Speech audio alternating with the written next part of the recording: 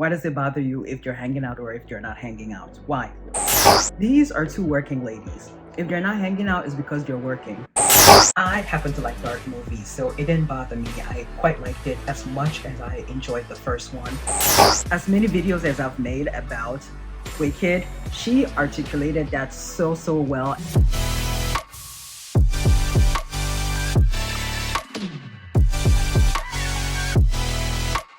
And the questions persist. See, the more I think about Wicked and Wicked for Good, the more questions I have.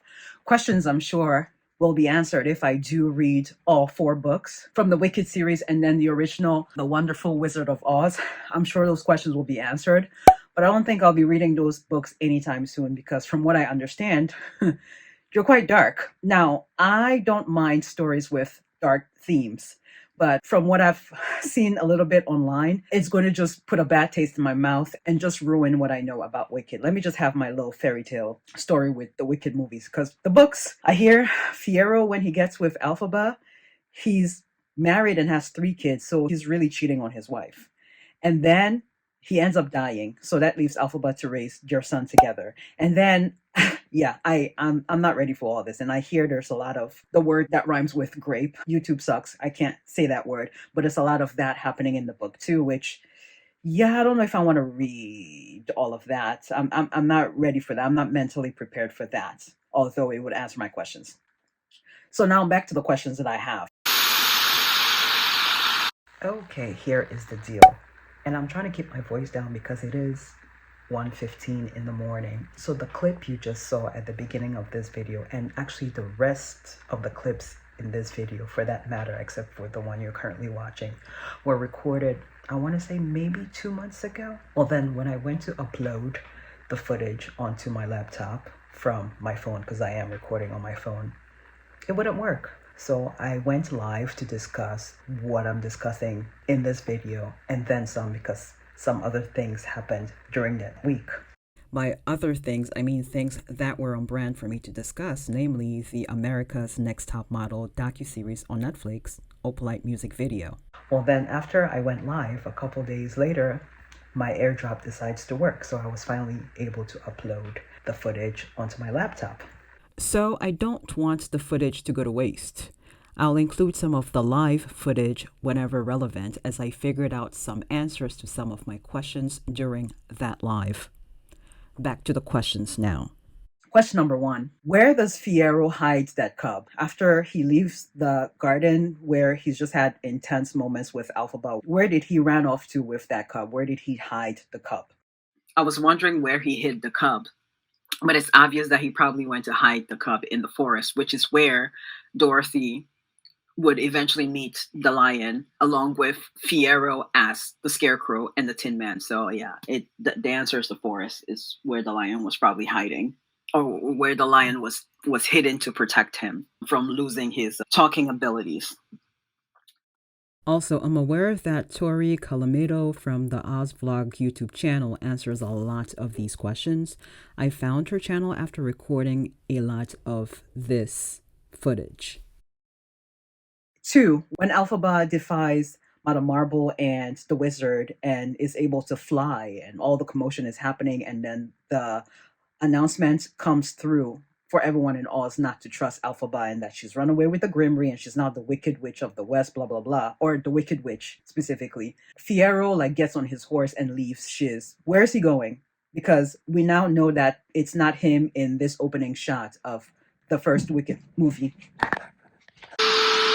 Much later. Sorry about that. There was some commotion downstairs. I had to run downstairs and make sure my mom was okay. She's fine. She just dropped something. Where was I?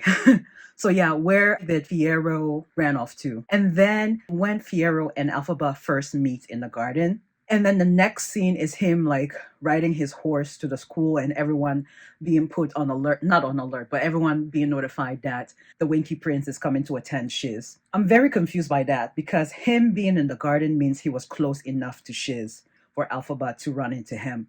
So now, first of all, what was he doing there? And then in the next shot, they show him running across all these rivers or whatever to get to Shiz. Like, it doesn't make any sense to me. And that's it for now. There's definitely more questions, but I need to think about them. But yeah, I'll be back in the next clip with more questions. Okay, I just figured out the answer to that question. Fiyero was in the forest, not the garden, and the forest is on the outskirts of the Shiz campus, and Elphaba was headed back to campus from the animal faculty housing, which is actually close to the forest according to the Shiz University campus map. So it would appear that he happened to be in the area, maybe like walking his horse or whatever, or riding his horse. The horse is his friend. And then he was spotted, and so it appeared in the newspaper.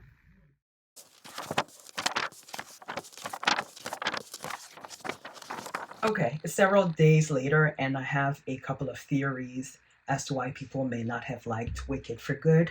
The first one is that obviously because it's way darker than the first one. I happen to like dark movies, so it didn't bother me. I quite liked it as much as I enjoyed the first one. I enjoyed the second one, and I actually liked it better. Second possible theory is that there wasn't as many dance numbers, if you will, or new songs. There was 2 new songs, and they weren't quite as iconic as the songs from the first one. That's a possible theory. The one that I just thought about after watching, I'll put the name of his channel here. I can't remember what it is, but I just watched his video, I'm still in the middle of watching his video. It's called In Defense of the Wicked Movies, which I really loved because I love the movies. I don't know why it's getting hate. But after watching his movie, I decided that the last theory is that people were probably mad that Glinda and Elphaba didn't end up together. So that's why they decided they didn't like it, because there was a lot of hype for the first one when it was possible that they could be together. Even though, like, if you've seen the Broadway, I've never seen the Broadway. You already know how it ends, but that's what I'm assuming. I could be wrong. Like I said, it's just a theory. People are just like mad that the 2 main characters didn't end up together, and that Glinda doesn't know that her best friend is still best friend / lover, I guess, doesn't know that she's still alive. Yeah, that's all I thought for right now. Okay, the lighting is terrible, but that's because it's like 4:30 in the morning and I couldn't sleep, and I have some more thoughts. Another reason I just thought about as to why people did not like the second movie was I heard some people complaining about the As Long As You Love Me scene with Fiyero and Elphaba. They were complaining that it was too sexual, which kind of blows my mind. Like, what do you mean too sexual? You mean too sexual than Euphoria or Bridgerton? Also, the books are sexual from what I understand. I just thought it was the most beautiful scene. And of course, for me, I love like a lot of tension, like a slow burn tension as concerns a love story. And the fact that the seeds were planted from the first movie, you can tell there was a lot of chemistry, off the charts chemistry, and that carried over into the second one. It culminated in them finally consummating. To her place. So both of us were like, it can't start at 100. They have to find each other. They have to discover who they are, and it has to. They have to. What's the moment of connection? What's the spark? Yeah, I like that scene very much. People will find anything to complain about these days, which I guess maybe like in a couple of years, people are going to look back and be like, oh, justice for Wicked for Good, which I hate when people do that. Appreciate it in the moment. Don't wait like 5 years on when there's nothing happening in the movie theaters that you're like, actually, Wicked for Good was really good. Because that's what tends to happen. Now we're looking back in 2020, we're looking back at stuff from like the 2010s or 2000s and saying, oh my God, justice for so-and-so. Give the movie its flowers right now. Anyway, I'm going to go back to try to sleep for another hour.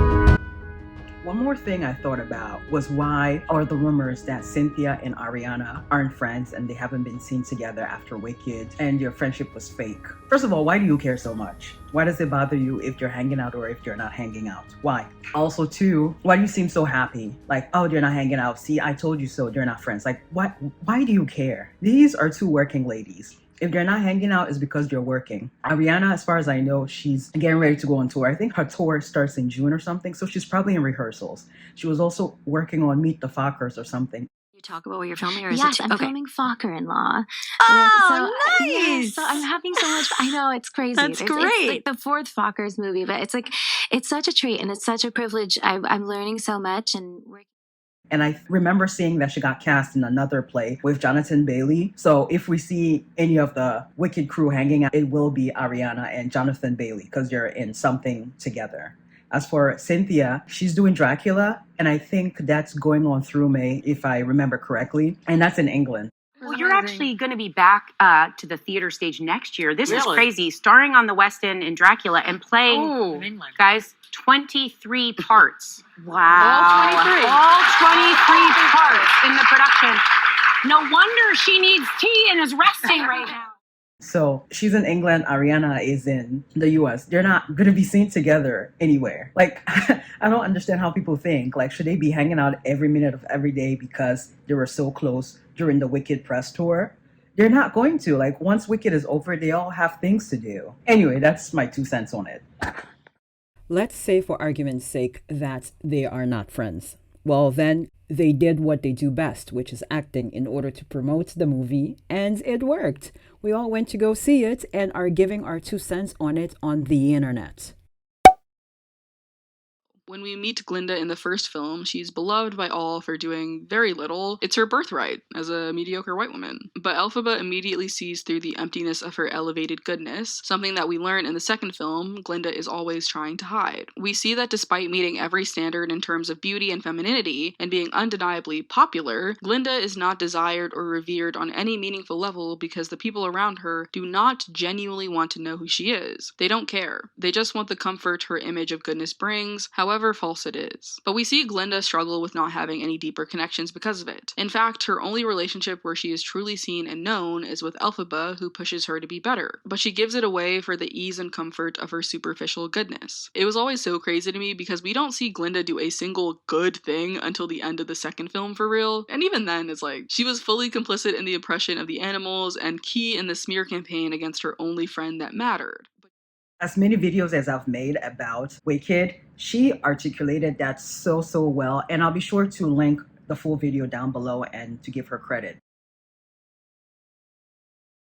Okay, so I am going to just wrap up this video now so that it's not 20 plus minutes like my last 2 videos, which, by the way, I would encourage you to watch, because for the first video, I had just gotten out of the movie theater and telling my thoughts about it, and then we progressed to like a month later my thoughts on it, and then the second video were just like more musings from the movie after like letting it marinate for a while, and then of course this video where I have more questions about not just Wicked for Good but Wicked as well. So I'm just gonna wrap it up here. Again, I will link those videos below. Please do check them out.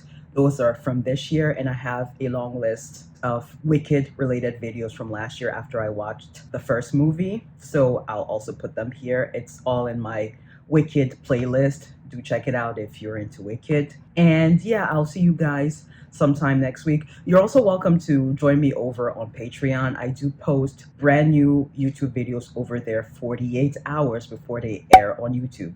Join me over there on Patreon, and that's for free though. That's for free. Now, if you wanted the exclusive content, so content exclusive to Patreon only, which is also the same content for my membership exclusive, then that's $5 a month.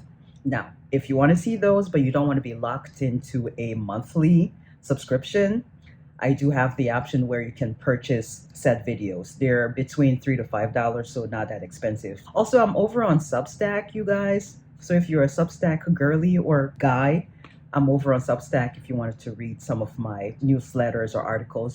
So I have a couple more Wicked related videos in me, but it's gonna have to wait for a couple of months because I'm getting ready to do my Cameroon series starting next week, which is responsible for actually blowing up my channel, or yeah, growing my channel, because every single one of my Cameroon videos do so well, which actually shocked me.